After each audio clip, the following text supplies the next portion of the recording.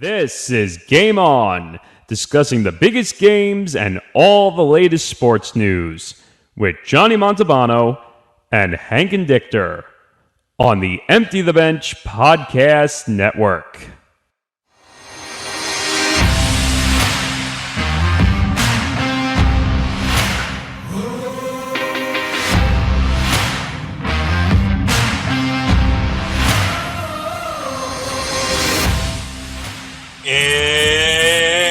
It's showtime, folks.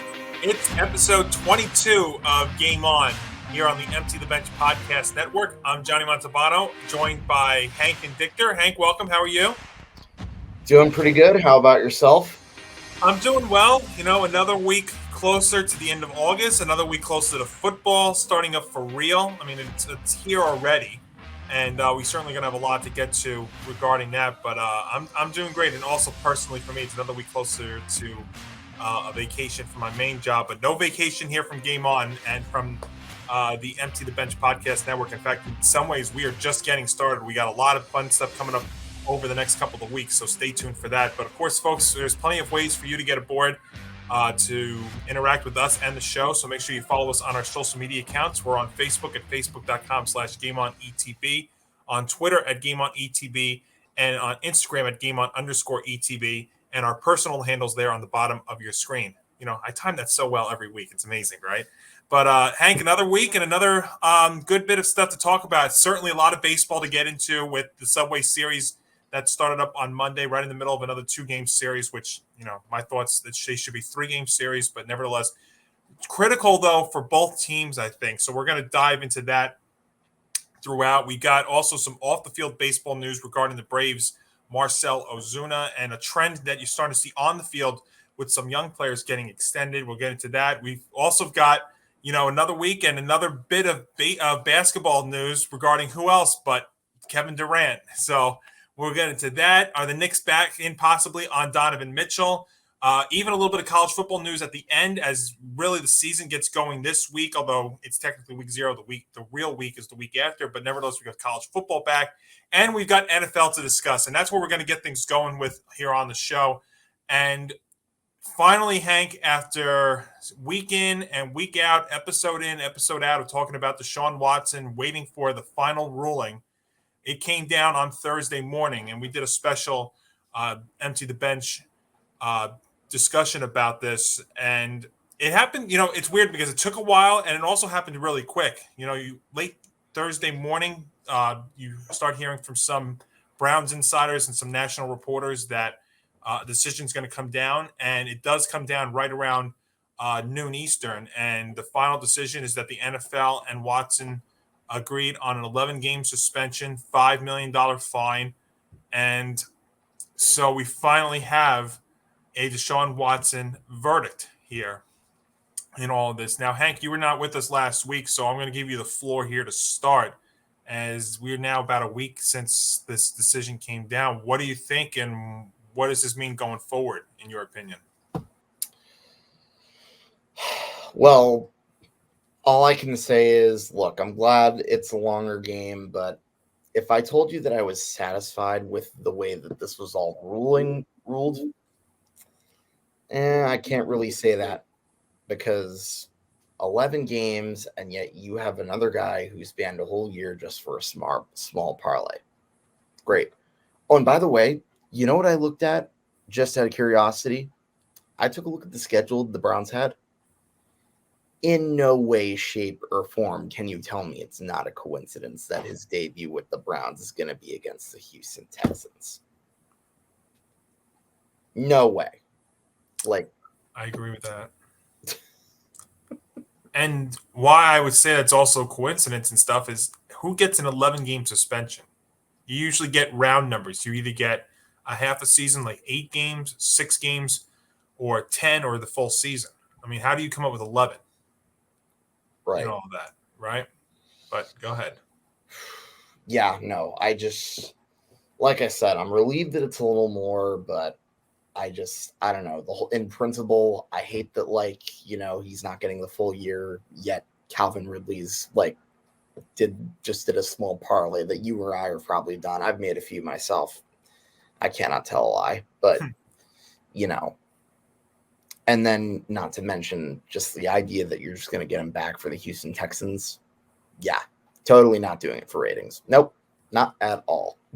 Yeah, now the next step will be, will they move that game out of, I believe it's at 1 o'clock Eastern on week 13? Will they be moving that game to 4:25, or dare I say Sunday Night Football? I brought that up during our special that we did on Thursday. Now, I don't think they're going to do that, because I don't think NBC would do that, because NBC always is keen on getting a very, very big time matchup. And let's be totally honest, the Browns and Texans by week 13, if either one of those teams is 500 by then, I'd be shocked. So I don't think they're going to do it for that. But yeah, it's see, that's you bring up the thing, and this is what always bothers me is first off, the NFL has had this problem for the longest time when it comes to domestic violence, sexual assault, getting these suspensions right. They seem to never do it, or they never do it well, and this is just another prime example of it.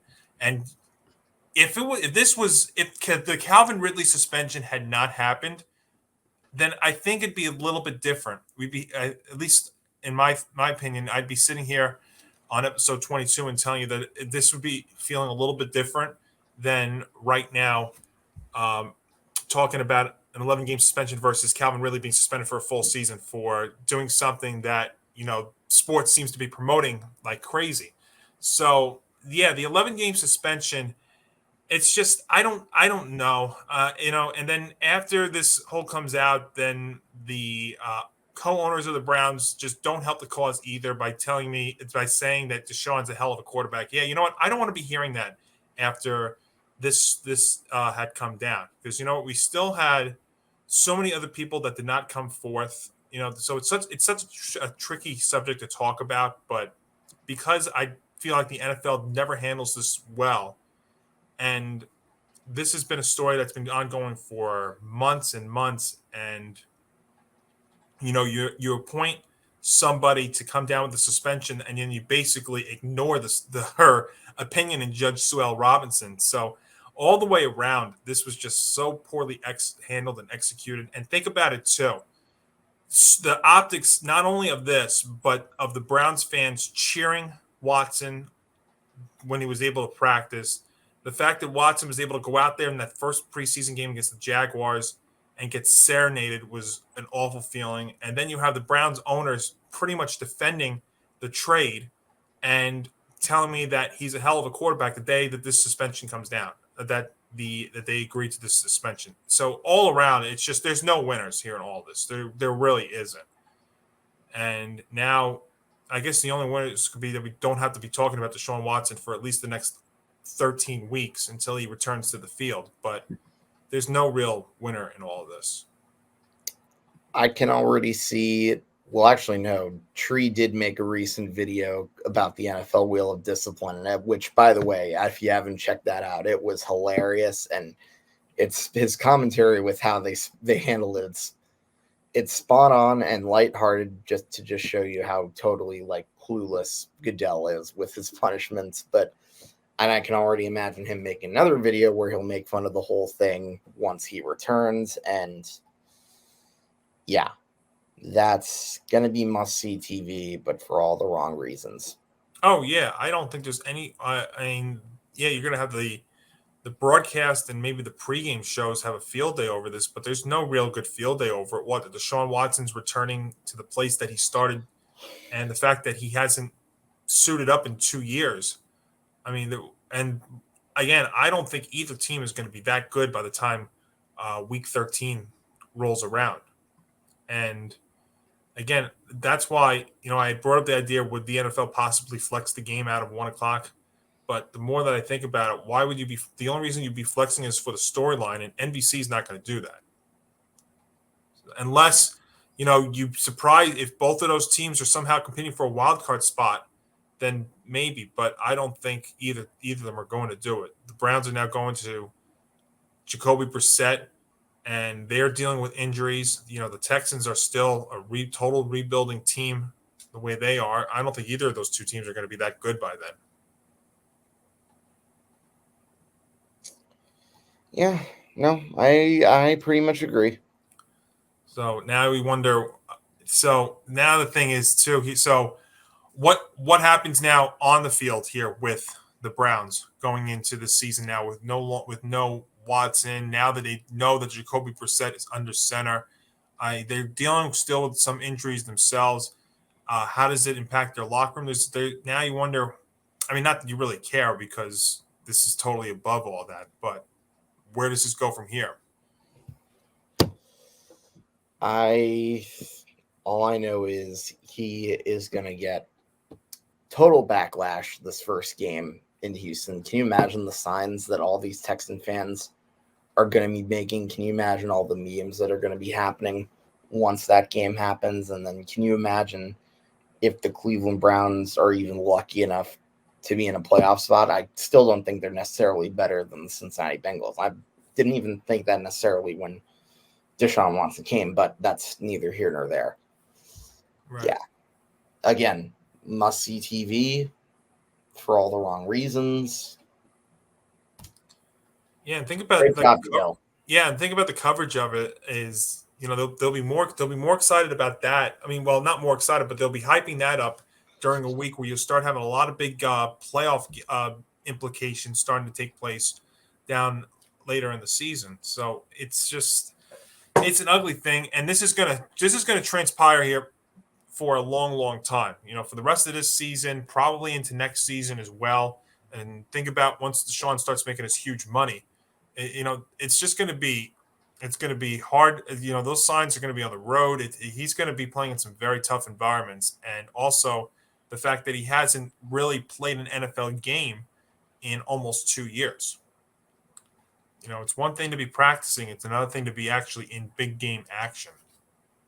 So we'll find out what happens here, but we finally have the Deshaun Watson verdict, the decision, which was agreed to, 11 games, $5 million fine. And finally, we can talk about going forward a show without Deshaun Watson's name. Unless, of course, he violates. So I guess he still has to, comply with stuff. Otherwise, if not, then we could be talking about even a longer suspension. But I don't know if that's really going to be the case. They say this kind of stuff.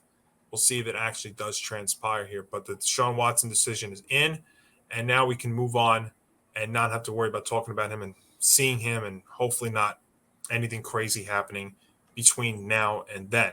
Now, another athlete that has been in the news multiple times off the field has been Braves outfielder Marcell Ozuna. And you see the reports out of Fox in Atlanta and also the police department. They had body cam footage, which if you haven't checked it out, check out our social media page at Game On ETB, where we posted the article and the body cam and the police footage from this. So he was arrested for a DUI. He was going 90, I believe, in a 35, refused a breathalyzer test. And of course, if you do not submit to the breathalyzer, you automatically get arrested. So that was bad. But I got to tell you, Hank, what was even worse was Sunday, the Braves lineup card comes out, and there's Marcell in the lineup.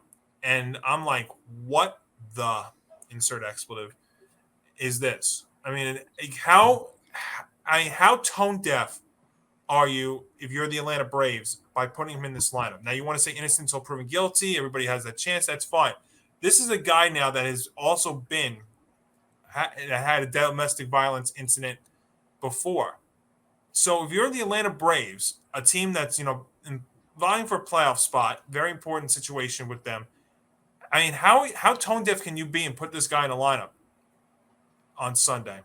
And think about it. He could probably be the only guy that would be getting booed louder than the Houston Astros. Because Hank, let's just be fair, though. I mean, I shouldn't be laughing about that, but it's true. But and not trying to compare. I can compare the two. I mean, what the Astros did is totally different than what we're dealing with Marcell Ozuna. I mean, yeah, they cheated. I mean, they're not committing a criminal, violent act or anything, but it's just I could not believe how tone deaf the Atlanta Braves organization was by putting him right back in the lineup a couple of days after this happened. Oh my gosh, that's the fact that you saw his name in the lineup, innocent till proven guilty. What? Who thinks this? Like, isn't the law if you fail a breath analyzer and you go like 90 and 34, isn't that automatically make you by law like a DUI? Well, I think because he refused to take the breathalyzer, you automatically get arrested. No, yeah, that's what I'm saying. Yeah, like, he didn't even take the breathalyzer. And this is a guy we're talking about missed pretty much all of last year. And by the way, you could maybe make the case that he could be a part of the Ewing theory because Braves didn't fucking need him. They won the World Series. Excuse my French. And the Braves have won like 70-something games, and now all of a sudden, just because of this distraction, he gets a distraction. He gets in a DUI. Oh, well, you've had a DUI. You've gotten a domestic violence arrest. We don't care. We'll just put you in the lineup. Come on. That is totally ridiculous and tone deaf. And the Braves just ought to be ashamed of themselves. And I don't care how good of a hitter he is or he's been in the past. Can't be having that on your team. Absolutely terrible. Absolutely shameful. And see, God, excuse me when I say this, but low-key, this is partial. Like, I saw your whole reaction to this. I remember I saw you tweeted the lineup and you're like, what the? And yeah, since you, unlike me, are not much of like an expletive user, I could tell exactly what you know where I was going with it. Yeah, I know, because I can't say that you were wrong. I mean, it just does not make any sense. I mean, I don't get it this quick. And I mean, if you watch the cam video, and well, first off, it starts with Ozuna, saying that he hands off the ID and then he hands off his MLB card to the officer, and the officer, just pretty much puts that behind the ID, which is great. But then he says, "Yeah, I'm Ozuna from the Braves." It's like I love when athletes try and do that, or even celebrities or anything. They think that they're going to get out of it. So, Tony La Russa did the same thing. Yeah, he said, sorry, I'm Ozuna from the Braves. He also could be heard telling the officer he had, quote, 3 or 4 Presidente beers after getting out of the car. And he refused to complete a breathalyzer, so he gets put in if you have 3 or 4 Presidente, mentioned 3 or 4 Presidentes, you didn't even need to take a breathalyzer. We know you're guilty. I think, and again, like we said, this is not the first instance that he's had. I hate when athletes do that. They just say, "Oh, I'm so-and-so. I'm a superstar," to try to get out of it. Like, nobody's obey going to the fucking law. Or or you can drink, just have a designated driver. It's that's the thing that pisses me off too, Hank. It's like these guys make millions of dollars a year, and I know Also, we've heard. I was going to say too. Sorry to interrupt you. One of the things I always say is, what the stupidest crime anybody can commit is? DUI. Because of basically what you just said. All you need is like a designated driver. I mean, this is why. I mean, you're a major leaguer. You're getting paid like $1 million. Like, you're in the middle of a 4-year, $64 million deal. You don't think this idiot could afford an Uber? Well, the league, I forget if it's in baseball, but I know the NFL, they actually offer car services for these guys to go home, go back to the hotel. And that's what ultimately pisses me off. If the leagues are offering you that kind of stuff, I mean, come on, you got to be better. They offer free service. Okay, true, but still, you don't think he can afford an Uber? Like, I mean, he's in the middle of a 4-year, $64 million contract. Absolutely, he can. An Uber would pretty much be pennies to the average person. Absolutely, yes, and that's. That's the thing too that could turn a regular fan into no longer being a fan of sports. In fact, I've often said I would rather pay what to us would be considered an expensive Uber than maybe $10,000 for getting out of jail for a DUI. I can remember our friend Nick Morganson talking about Fernando Tatis and how that contract should be voided because of his situation. But think about it now. So this is the set, and that whole situation pales in comparison to this thing with Marcell Ozuna, who's now had this situation here for DUI. And then in 2021, he was charged with battery involving his wife. He was originally charged with felony aggravated assault by strangulation. Charges were later reduced to battery and simple assault, both misdemeanors. So, again, this is the second instance in less than a year, because this was when exactly. So, baseball originally suspended him for 20 games after the 2021 season, making him free to return in 2022. So, again, second time. So what kind of suspension would he get off this if he was convicted? But this is where your organization has to take the lead and put him on the, restricted list or whatnot. Just DFA the guy. Well, I mean, the problem with that though is, see, they're going to tell you that then they have to pay the money and it's got to go through process and stuff like that. I mean, that would be the easy thing. And I think all sports have to find some way to come down harder on situations like this.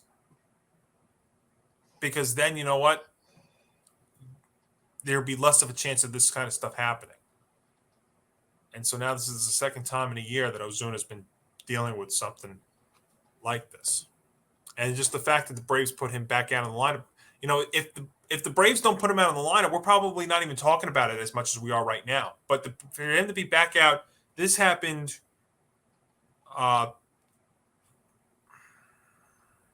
trying to remember when this happened a couple of days ago. Okay, so here's the thing. All right, I'm going to read you the Braves statement here. The Atlanta Braves issued a response to the arrest, but did not address whether Ozuna put on a Braves uniform. The Braves are aware of Marcell Ozuna's arrest this morning and are still gathering all the facts pertaining to the incident. Our organization takes these matters very seriously and are obviously disappointed about the situation. As this is a legal matter, we will have no further comment until the process is complete. Okay. So let's just go through the statement for a second here. They're still gathering all the facts pertaining to the incident. Our organization takes these matters very seriously. Okay, you do that, you put him back in the lineup 2 days later. And there's body cam footage of the arrest and the fact that he did not blow a breathalyzer. I mean, come on, guys. The Braves organization is totally tone deaf by this. And here I was planning to talk about them on the show today and actually give them praise because what they're actually doing and locking up their young core players. But that right now doesn't mean anything because of how ridiculous they are. And yes, because this is Major League Baseball, all this money is fully guaranteed. By the way, can I just say, isn't it amazing, Susan, that we're going through a baseball rant and we're not even mentioning he who must not be named? Well, because I mean, he could also do something. I mean, he could have also, maybe this could have been an important thing they could have bargained for in the CBA when they decided to when we had a lockout for 99 days over something over that. And, we're worrying about people not getting paid and stuff like that. And we weren't thinking about maybe we should come down a little bit harder on players that either cheat or, commit violent or domestic or any sort of acts. But no, 20-game suspension for what he did last year. And we don't know what's going to come out of this. And again, the fact that the organization, you put out that statement, still gathering the facts. So you still were gathering them, and what, you had no facts and you put them back in the lineup? Is that what it was? I mean, what, the body cam footage is not real? It's real. I don't know. I mean, I just, between Watson and this, I mean, these are the kind of things that could turn people away from sports. Sports are supposed to get you away from all your troubles. It's supposed to be entertainment. It's supposed to be fun. And here we are talking about two players that have now been in trouble multiple times, and one's going to hit the field again in 13 weeks, and another one was back in the lineup 2 days later. Tell you right now, Hank, that's you or I. We do that, we're not going back to work in 2 days. Nope. Lucky we even have a job. If wouldn't be on the show. We'll forget that. We'd be even luckier to even find another job. Yeah. It's a problem, I don't see. That's more than just Manfred. That's falls on everybody. That's the thing. Blaming Manfred blaming just Manfred wouldn't go far enough when it comes to a situation like this. blaming Manfred for, the lack of promotion when it comes to the Field of Dreams game, the Little League Classic, which I felt like I got a little bit more attention out of, which was a cool thing. But yeah, that's him. But I don't know. This doesn't go far enough in a lot of areas. Now, we will transition here to the Braves on the field, because before we get to our Yankees and Mets, very interesting thing with the Braves this past week. So they locked up their young outfielder, Michael Harris, to an 8-year extension, $72 million. And the thing with this, though, Hank, was he played 71 games in the major leagues before the Braves extended him. And this is starting to become a trend here. We saw with Wander Franco. And now you're seeing these players, they are getting extended at a young age. And so what this was Harris does, this would take him to his age 29 season. And, if he ends up being a stud, it's a big gamble on his part. It's a gamble on both parts. But, he could take this and then hit age 29 season, and he could still have another big-time contract after this. Mm-hmm. Yeah, no, that definitely was a good move by the Atlanta Braves. I love watching this guy play. Michael Harris, 8 years, $72 million. And, you got to give Anthopoulos credit where credit is due. He's locking up all their guys and setting the Braves up really well for possibly more runs than just last year's World Series runs to come. Yeah, so if you think about it, Austin Riley's extended through 2032, Matt Olson's 2030, now Michael Harris through 2030, and of course Acuna 28, Vaughn Grissom 2028, Ozzie Albies 2027, Spencer Strider, who's having an unbelievable season on the mound, 2027, William Contreras 2027, and then Kyle Wright and Max Fried, Wright 26, Max 24. So it's interesting because you thought they were going to do that. You thought that the White Sox, who actually were starting to do this a couple of years ago, you thought it was going to work out for them, and now the Braves are trying to follow suit here with them. It doesn't seem to really work out on the White Sox end, but yeah, I like what the Braves are doing here, locking up the young players nice and early. I mean, that's definitely what they're doing. They've got a good core group that they can make a multiple-year run with, and in a division where the Marlins haven't taken the next step. The Nationals are going to be bad for quite some time. I mean, at least they're going to be, obviously winning the World Series last year. They're going to be a playoff contender for quite some time now with this group of core guys. That's how teams repeat and be as consistent as they are for several years with a good core group of guys that contribute, and that's what they're doing. Oh, yeah, definitely. Definitely. We'll find out. And they're trying to make a push towards the Mets in that division. It seems like every time they get it really down low, it jumps back up. It was 4.5 as of Sunday. And you know what? When you talk about the Mets here, is we're going to transition to the Subway Series. One thing the Mets were able to do, they were able to get past the Braves both times and still have a comfortable, maybe not as comfortable, still comfortable lead in the NL East. And, the Mets entered the Subway Series against the Yankees round 2. And, boy, what a weekend they had against the Phillies. And that game on Sunday, I want to really stress that Sunday game where, they have a kid come up in Buto, and he struggles. And they have another kid, a guy in Fisher, who last year wasn't even on a major league. I was not even on a mound last year. And he comes up and gives you 3 scoreless innings. And the Mets come back multiple times, including in the 9th inning, and win 10-9. And a game like that game on Sunday, that's the kind of game that I think really could propel a team. And the Mets don't need much propelling, but what I think it does is it shows you that, this team's special. And I don't think they're going to fall apart here, because the Mets still have not had that long extended losing streak. When the Braves were able to rally from, 10 games at one point down to 3.5, it wasn't that the Mets were struggling. It was the Braves were just that good. And it's every time the Braves seem to take another step closer, the Mets just keep doing it. And we've documented before, starts with the manager and starts with the fact that, Lindor's having almost a career year. Alonso's now got another 30 homer, 100 RBI season. So the Mets are doing it. And even on days when their starting pitching isn't getting the job done, they're still coming back. Yeah, absolutely. And by the way, I want to mention this about Nate Fisher. This is a pitcher who about a year and a half ago after he was cut from one of the minor league teams, and it was during the pandemic, he was working in a bank in Omaha, Nebraska. And now he's pitching in a big game, one that the Mets really needed to win, at least, to win the series against the division rival. Pitches a few scoreless innings, and if he continues to pitch like this again, look at how much we're going to hear about this guy. I tell you, listen, even though I'm not a Met fan, I love hearing about stories like that. That's pretty damn cool. Gave him 3 scoreless innings. Yeah, I mean, think about that. I mean, here's a guy that last year what was he doing last year? He was with them. He was bouncing around the minor leagues last year, and then before that, as I said, he was working in a bank. Like you can, yeah, that's what someone posted his LinkedIn profile from what it currently looks like. And again, all I can say is I always love hearing stories like that about never giving up on like your big dreams.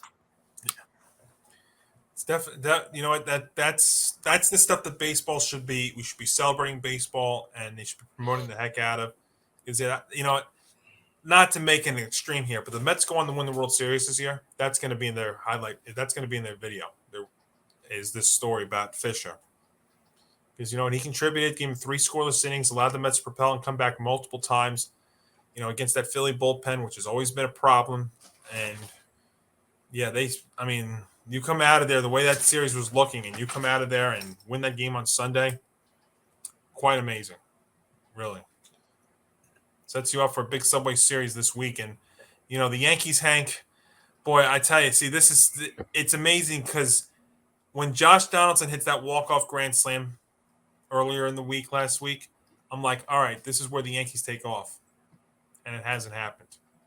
And you know what? They win the game Sunday, and you wonder, do they take off from there?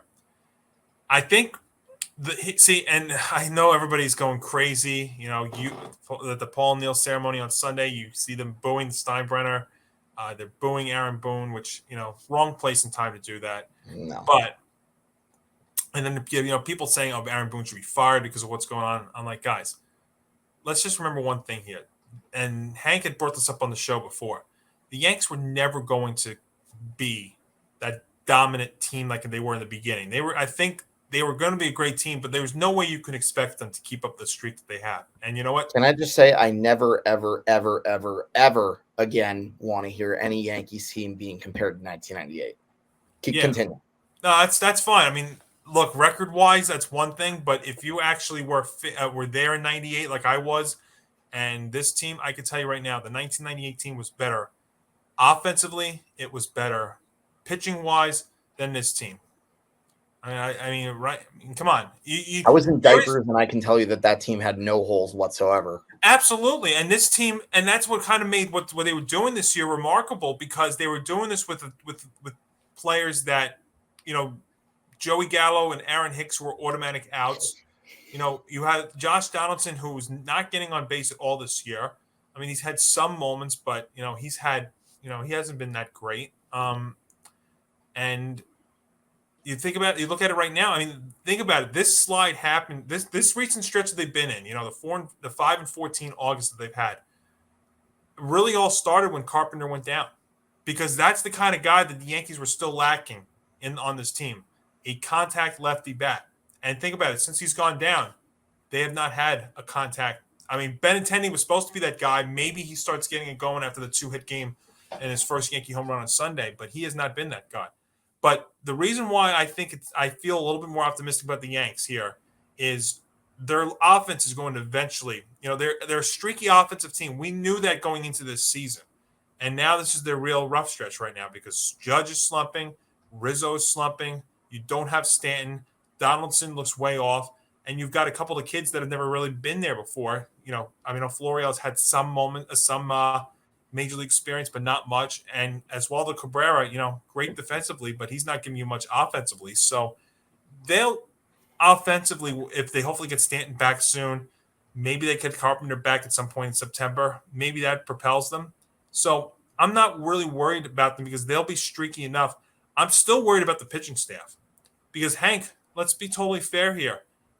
Garrett Cole did it again this week. he had another one bad inning-itis. It's amazing. It's like I watched the game and I'm like, the first thing I thought about when I'm watching the Garrett Cole the other day is Hank and I talk about this guy, the same stuff over and over again. It's always one inning.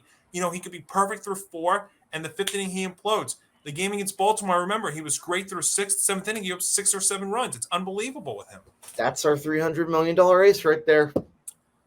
Be paying him $36 million for a long, long time. That's our $300 million ace.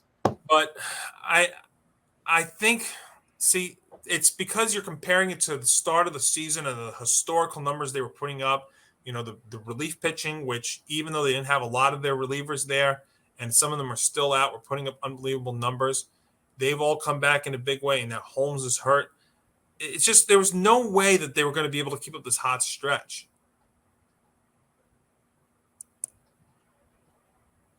Yeah, no, I totally agree. I mean, look, I knew there was going to be a slump. Now, granted, I didn't think the slide would necessarily be this bad, but once again, by the way, can I mention a fun fact for you? Yes. I told you guys never to ever compare the Yankees with the 98 squad. Yeah. Now they have the exact same amount of losses, and the only way they can match them is if they go completely undefeated. Yeah, and that's not going to happen. I mean, I love when the people try and do that. I mean, I think it's fun, but it's not realistic. No, I will never like it because, like I said, that's one of the greatest teams, and I just feel like that's disrespectful to use that comparison. That's, again, maybe I'm being a little too over dramatic, but no, you're not. That's just how I am. But with that being said, glad they at least were able to get one win against the Blue Jays, and they avoided the Brooms. And good way to win on Paul O'Neill Day. By the way, let me show you guys my shirt that I'm wearing here. So you went to it, right? No, I didn't go to it. I went to the Saturday game where Garrett Cole had one bad inning-itis. That's it, yeah. But yeah, the O'Neill ceremony. This is just a shirt I got from RotoWear. I have to tell you, my favorite part of the O'Neill ceremony, honestly, was when they gave him the water cooler. And I was dying when that happened. That was awesome. That was a lot of fun. Paul was a very and they don't have a Paul O'Neill on this team. That's let's compare 98 to this team. There's no Paul O'Neill on this team. Yeah, no. Right? There's no fiery guy. There's no average hitting outfielder. There isn't that. So one guy who I've often interacted with because he's a big Giants fan. He often comments on the show that I do with Tom Scavetta called Big Blue Avenue. I made a tweet explaining why I thought, despite him not being a Hall of Famer, Paul O'Neill was more than worthy of having his number retired, which I stand by the way. And he was like, absolutely. And I'm like, and then to which I replied, we need more players like him on this current team. And he basically knew it was spot on. And I still feel like we need more players with the attitude and the spirit of Paul O'Neill, because I think if we did, I probably wouldn't have as much doubts about the World Series chances. And, I still think to an extent maybe the fans were overreacting. But with that being said, it's not like this losing streak hasn't been showing me things that I kind of already knew about this team to begin with. Yeah, no, I totally agree. I've said about the lineup. The lineup still, it's so polarizing because they could have, a 15-run day, and then they could run into a stretch like they had a 10-game stretch where they scored 19 runs. I mean, that's just who they are. And I don't know Giancarlo Stanton coming back, the way he comes back soon, if that's going to help. I think Matt Carpenter is a huge loss. It's amazing because you never would have said that on your Yankee bingo card in 2022. Matt Carpenter is such an important player. But you don't know. I mean, he's hoping to be back in September, but is he going to be back at full strength? Because he's probably not coming back with rehab games or anything. Because we also don't even know if Harrison Bader is going to start playing in September, and that was the guy we got for Jordan Montgomery. Now, look, I know that trade looks bad, but at the same time, let's not forget what we were saying about Jordan Montgomery before that trade. But I know, Hank, I was on the air. I mean, I think I might have even said it when we did our MLB trade deadline show. I know what the Yankees were thinking, but I totally disagreed with them. Jordan Montgomery was so undervalued here.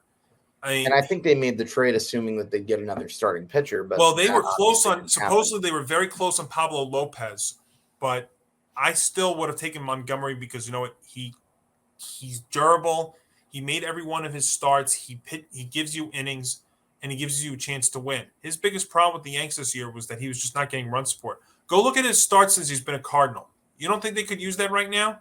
Outside of Garrett Cole, who gives up one bad inning, has one bad inning almost every start. And then we lose 1-0 to him literally less than a week after it. It was his first start as a Cardinal. It was a couple of days afterwards. Yeah, it was crazy. It was all the momentum it was all the motivation he needed. Yeah, and I understand why. I mean, if the Yankees pitching staff was fully together, he would not have a spot in the rotation. But you mean to tell me that you couldn't have packed him in the postseason and he couldn't give you 3 or 4 innings in relief? And right now, if you think about it, if these starters are not going deep into October, I mean, who's that long reliever that they have? It's right. I mean, there's no.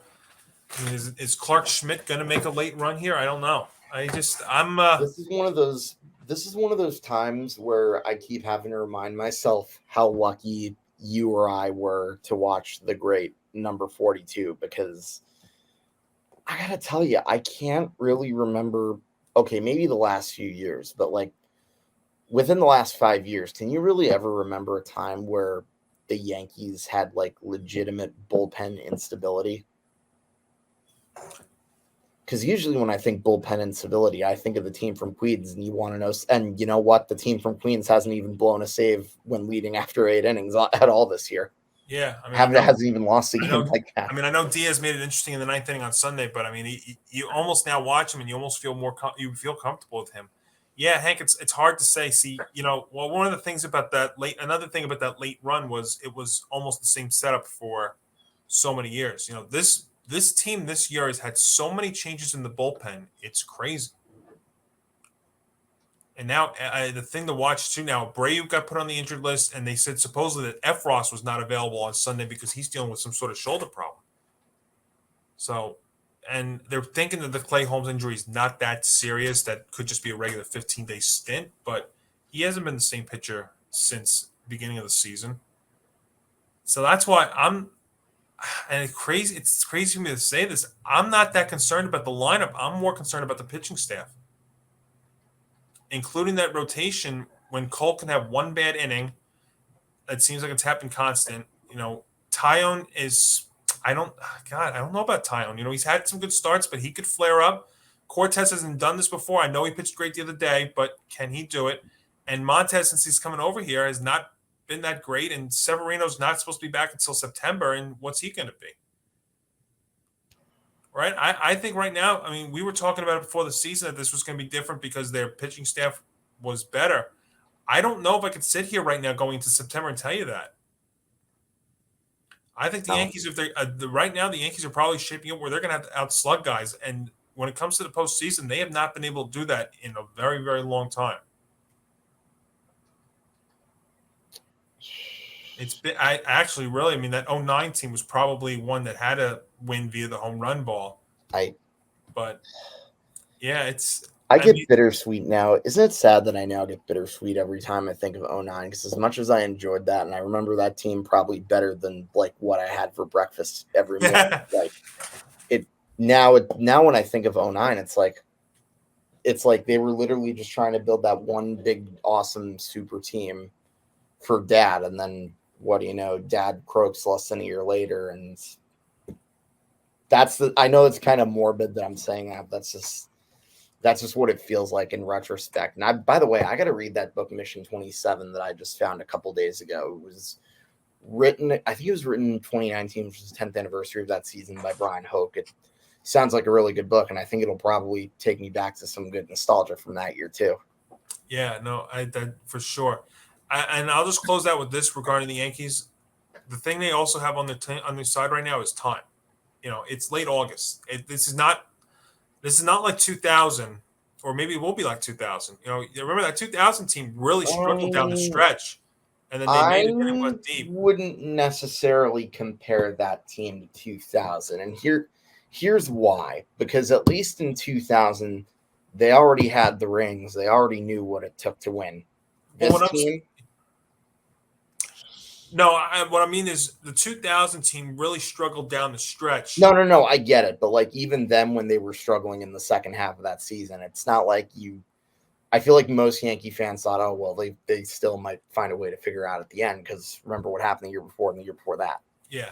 No, you're right. No, I just had that feeling. And I think they're going to, at some point, they're going to go on a hot streak. Maybe if they did it in late September, they could carry it over to October. We don't know, though. I mean, and then it also comes down to matchups. You know, it could just be a situation too. Maybe you run into a favorable matchup and in the playoffs and works out well. We'll find out. But there's still 5 or 6 weeks to go before the. And hey, that 2000 team, they beat 2 pretty damn good West Coast teams just to even get to that Subway Series. That's exactly right. So this Subway Series happens in 2-game series, and you know the Yankees have to face DeGrom and Scherzer. But you know what? Let them face the best here. This is a good test for them. A litmus test, if you will. Yeah, everybody was going crazy about it. I'm like, no, let them face them. Let's see them show some resiliency here against 2 very good pitchers. You know what? It's a good test for them. You know, I think it's another good test for the Mets here, who have been resilient as well. I think on both team sides, you know, it's big for both teams, this 2-game series. Definitely. I mean, I'll be honest with you. I would say this right now. I still think the Mets need this series more than the Yankees do. I mean, if the Mets could sweep both of these games, then that would be incredible. But I think both of them are also going to be fine too because, you know, I mean, they're both going to get in. It's just going to be depending on matchups and stuff and health. Because you think about it, look at the Mets. You know, as Escobar goes down, Beatty comes in first at bat, home run. You know, they bring up Budo. Budo struggles, but then they have Fisher, and look what he does. It's, you know what, Mets team special. Look, why did I pick this team to finish third? I'm sorry. I'm never gonna. You can make fun of me all you want. No, Hank. I'm not as bad about that. I think the worst pick for me was thinking the Phillies were going to be this good. We're going to be as good as I thought they were going to be. They have been defensively. They are awful. Pitching wise, that bullpen is struggling. I don't think it was. You know what? I thought the Mets were going to be good. I did not think they were going to be this good. I mean, think about it. You have no DeGrom for most of the season. He comes back. Scherzer was out for a little while, and you still had guys. Now you've got Carrasco out for a little bit in terms of rotation. Walker's dealing with a little bit of a bulging disc in his back. I mean, they're saying it's not serious, but you know, this is going to be a true test for them, I think. Now, you know, Carrasco's got 4. Carlos Carrasco very quietly on the Mets has 14 wins. So, you know, now he's not there for a while. And, you know, you're still bracing with DeGrom and Scherzer, even though as great as they've been. I mean, it's been a pretty cool thing, though, I have to say. I mean, it's fun when both New York teams do well because, you know, it gives us something to talk about. You know, it's good for the New York market. But, I mean, we'll find out. This Subway Series happens, and then who knows if we meet again in October regarding this Subway Series. Now, Hank, of course. Yeah, I think we're a couple of sleepless nights in October, but I don't think you thought I was nervous. You thought I had Aja when talking about the Rangers, and I do. That could be the same level, if not worse. It's you know what, with baseball it's worse because it's slow moving. It's not like, you know, hockey's just so fast. You know, it's different. But also when you know how like diehard I am with them. But yeah, let's move on. Well, I always remember that 2004 ALCS. I didn't sleep that whole week. That was one of the worst weeks of my sports life. I still say it's the worst collapse in the history of sports, and that was so bad. But yeah, hopefully we don't have to relive those moments here. But it's gonna be a pretty cool thing to watch here coming down the stretch. But Hank, to finish things up here, got a couple of things, and of course, you know, we've talked a lot this summer about Deshaun Watson, and another person that we talked a lot about is Kevin Durant. And this broke on Monday from Shams. Now the Grizzlies seem to be the latest team inquiring about KD, along with the Bucks, the Nuggets, the Hawks. Celtics are still a contender. But here's the last part here that I find hilarious. So they don't want to trade KD, the Nets, and they're focused on having a discussion with him. Now, I don't know where this goes. The Grizzlies were the latest team that was supposedly interested with him because now they supposedly have 5 first-round picks. And if you're the Nets here, and every week we come on the show, we talk about this, what do you do with Durant? He demands a trade. It's so toxic what's happening there in Brooklyn.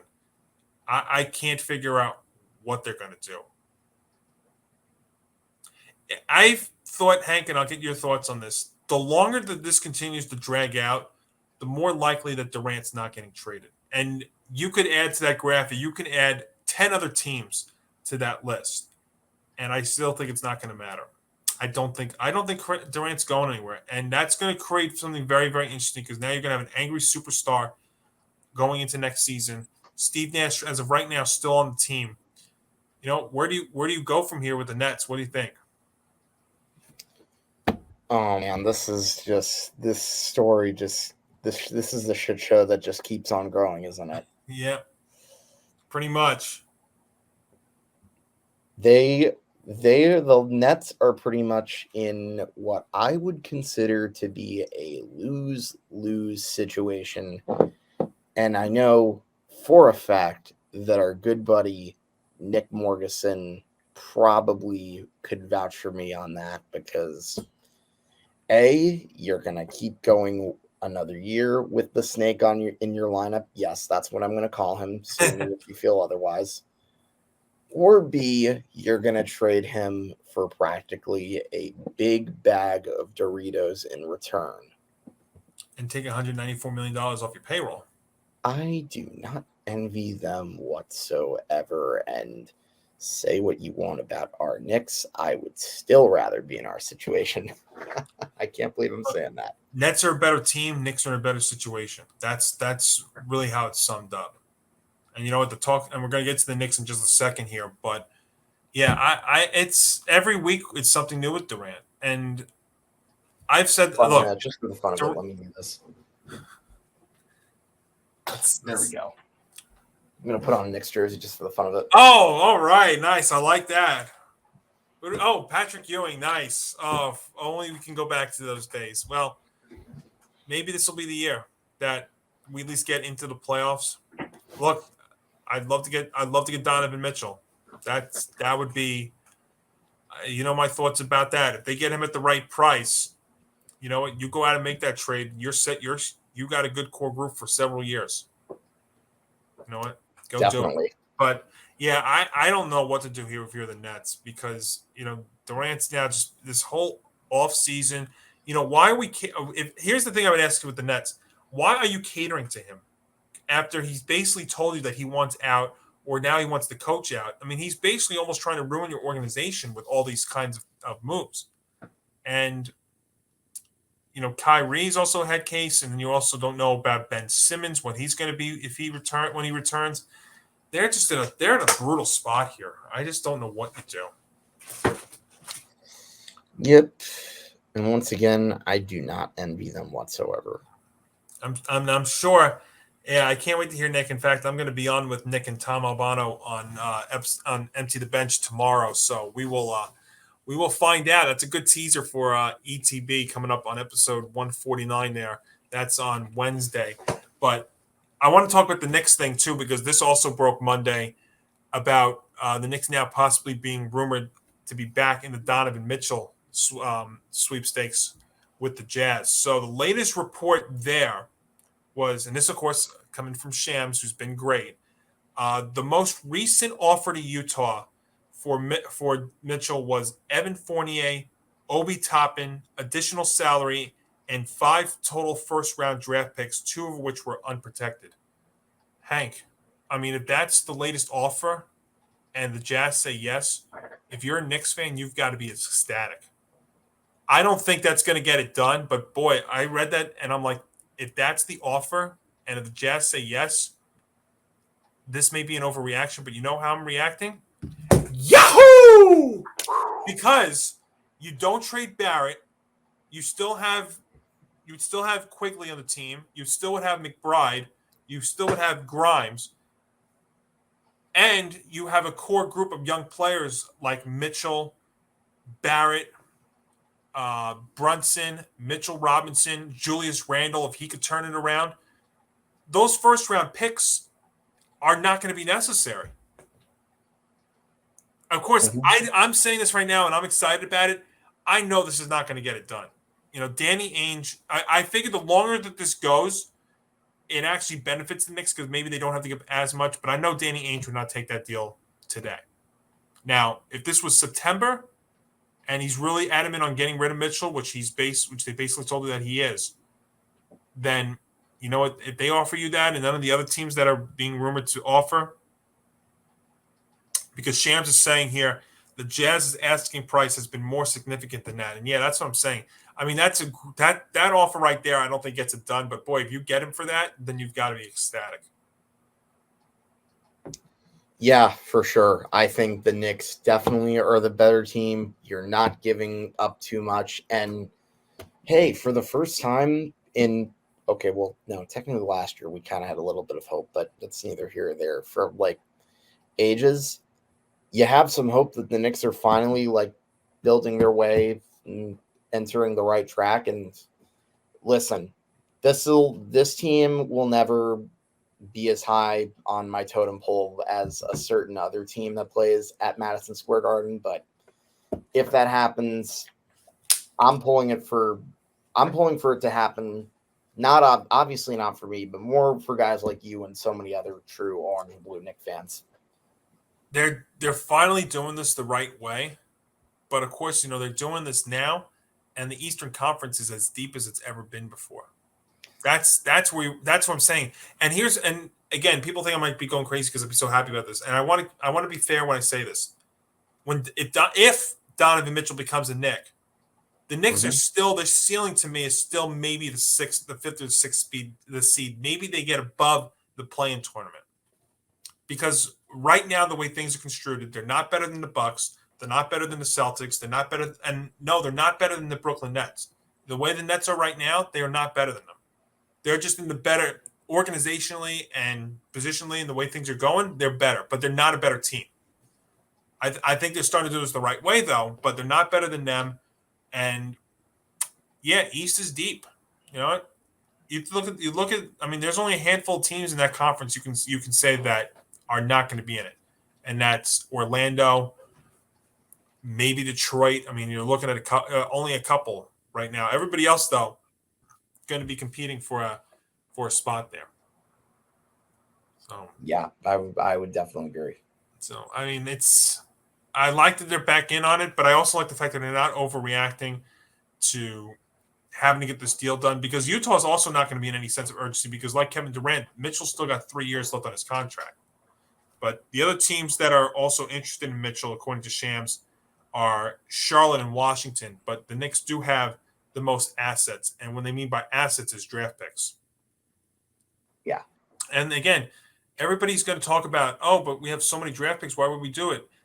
There's two things to that. Number one, you get Mitchell in here, you're not going to need those draft picks because you've got a good young group of core players for several years now that'll go through those draft picks. And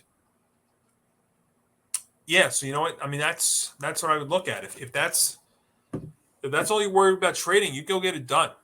You know what? The players are going to be more important on this team than the picks are. True. Right? I mean, Barrett's shaping up to be the next superstar in this league, so he's set. Randall, you're going to have here for 4 years at most. And, Fournier, Brunson, you just signed to a 4-year deal. Mitchell Robinson's here for a 4-year deal. So, you know what? Knicks are doing this finally the right way. Yeah, there's still no star yet. Mitchell could be that star. I think Barrett could eventually be that star. But we're finally doing this the right way. I like it. I think this. Look, that's what you're offering, and that's what Danny Ainge would say yes to. You go make that trade immediately. That's what you do. Mm-hmm. So, you know what? It seems like every week we're finding something with the NBA. You know, a full NBA schedule came out, including what we were talking about with the Christmas Day games. So that's all set. I like the fact that the Knicks have 13 nationally televised games this year. It's gonna be fun. I'm looking forward to it. I'm looking forward to the fall. You know, baseball. We've got basketball, hockey. You know, Rangers are going to be a very interesting team, and you know, we get one step closer because you know what returns. You know what returns this week, Hank? What? College football. Yes, week 0 is here yes. now. We don't have any of the huge games happening, but we do have college football back, and you know, we love to talk about media, and you know, whether it's, you know, big time, local time, whatever it is.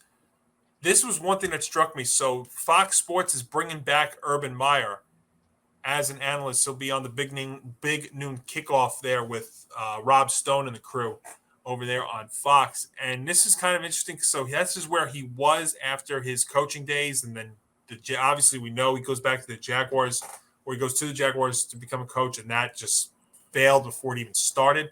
And he immediately comes right back, and so he's going to be part of the big noon crew over there on Fox. And I don't usually watch. I mean, I'll watch game day. I'll DVR it. I don't usually watch the big noon kickoff. I watch the Fox guys in between, like halftime of the Fox games, whether it's the Big Ten game at noon.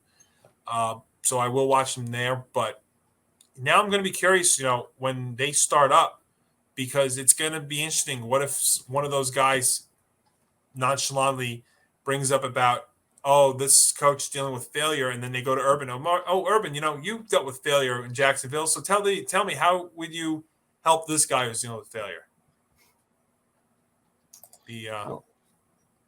Oh gosh, Urban Meyer. I feel like he was just like really hired to bring up ratings now. Well, I think there definitely will be some eyeballs that will get glued in to watch his return, just because they'll be curious if something comes out of it. I mean, I thought he actually was pretty good on the big noon kickoff there on Fox. So will people go over there to watch him week 1 or 0, because that's how they count here?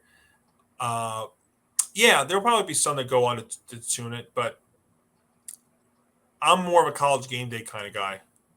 So I'll always be tuned into that. But I think that someone will tune in just to see how he fits back in with the crew over there, for sure. And by the way, so let me give you the games that are happening here on Saturday. Austin Peay, Western Kentucky at noon Eastern. Nebraska Northwestern, 12:30. These times are all Eastern. Nevada, New Mexico State, 3:30. Idaho State, UNLV, 3:30. Wyoming, Illinois, 4. UConn, Utah State, 4. Duquesne, Florida State at 5. Boy, that's amazing. You know, Florida State, that's another school that's just completely fallen off the radar in terms of college football. Charlotte, Florida Atlantic at 7. Florida A&M, North Carolina at 8 Eastern. North Texas, UTEP at 9. And Vanderbilt and Hawaii at 10:30. And then the ranked teams start kicking in on Thursday, September 1st.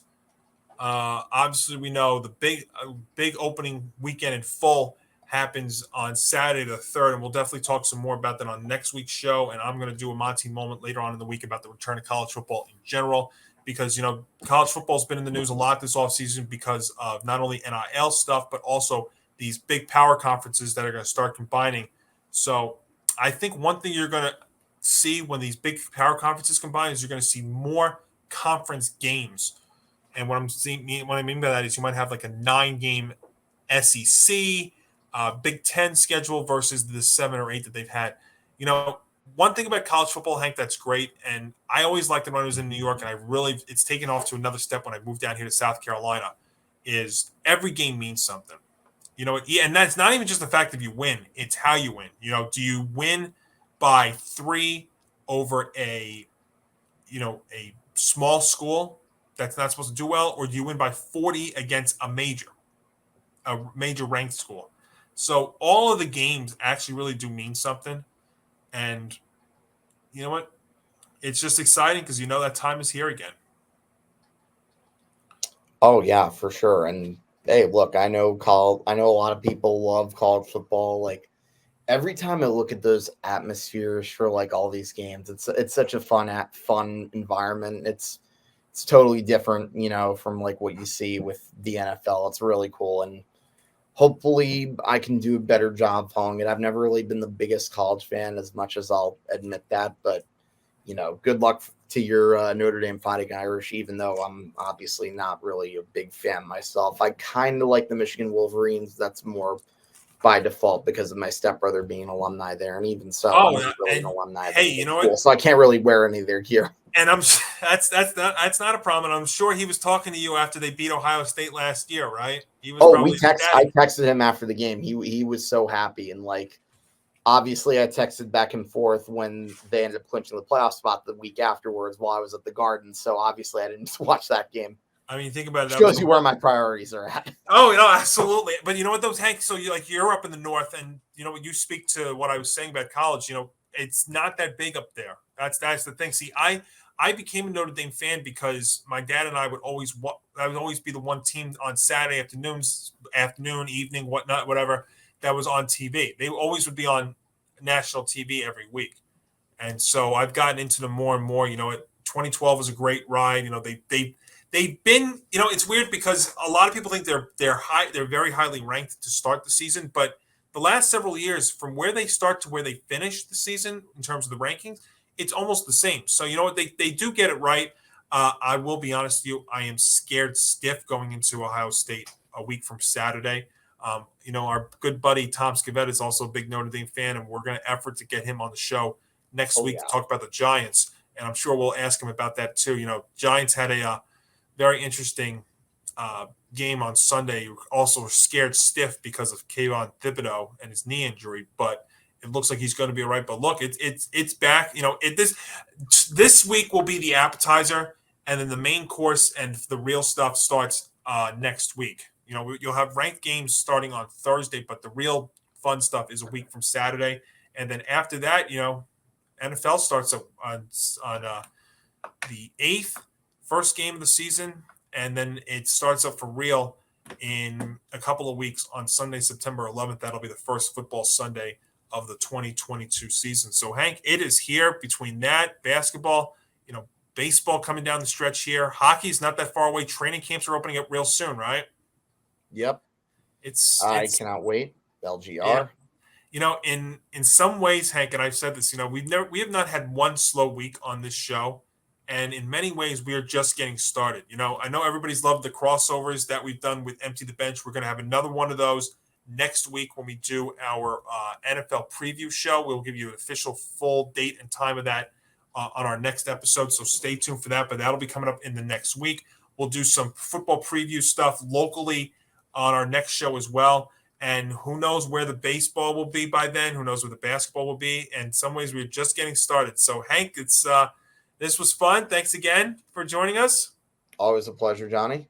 Absolutely. And, of course, folks, keep it, make sure you subscribe to our YouTube account at ETB Network so you never miss, so you know when our next show is coming up. We'll be back on again next Monday. And a programming note, personally, for yours truly, I will be joining Nick Morganson and Tom Albano for episode 149 of Empty the Bench. That comes up on Wednesday at 3 p.m. Eastern. And Hank and I will see you again next Monday here on Game On.